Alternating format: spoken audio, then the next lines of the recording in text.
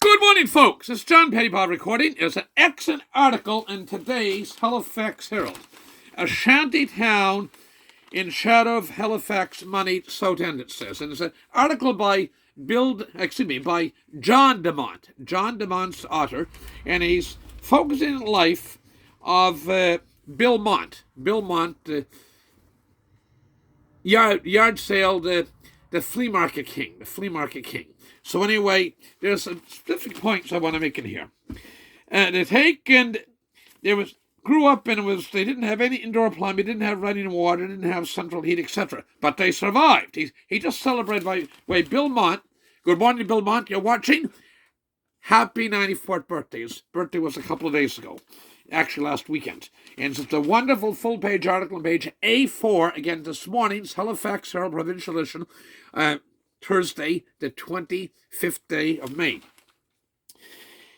We always needed to carry a couple of buckets up the Tower Road Bridge all the way home. It was, after all, in the midst of the Great Depression, showing the kind of entrepreneurial drive that Bill Mont would one day exhibit.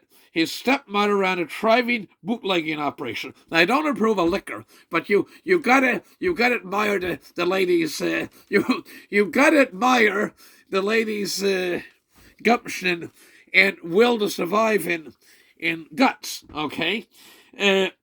Anyway, stepmother ran a thriving bootlegging operation, serving the stevedores and freight handlers, which was not too far from where they lived, in Halifax, the waterfront back in the 1930s. You're talking now 80, almost 90 years ago. They'd take and serving these stevedores and freight handlers dinner, taking a percentage of the pot of their card games, and selling them wine at nice markup during the Prohibition.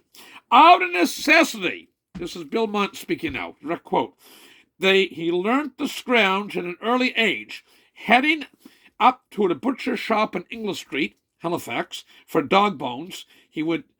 She would take home, and my mother would turn into soup. My mother, quote, could make soup out of anything, he said. Finding fruit and vegetables where presently the Barron Street superstore is. He used to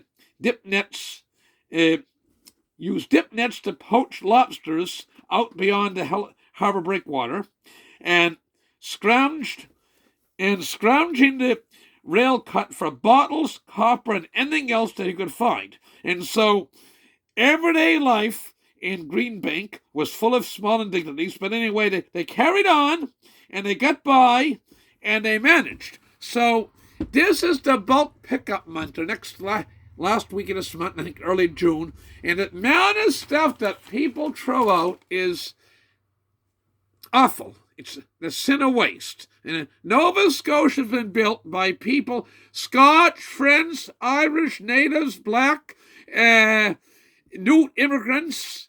They built this province by scrounging and being very resourceful.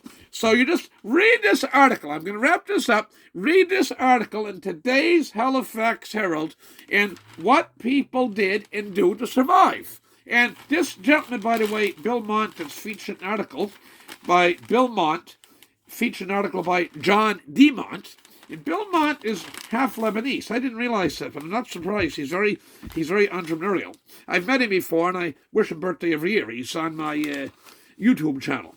Anyway, he's 94 years old. So a humble, modest upbringing hasn't the least bit affected his longevity. In fact, next May, he'll be 95, good Lord willing. And with that, I got to go. All the best, God bless. Read the article. And well done, John DeMont. And well done, Bill Mont. Thank you. Bye for now.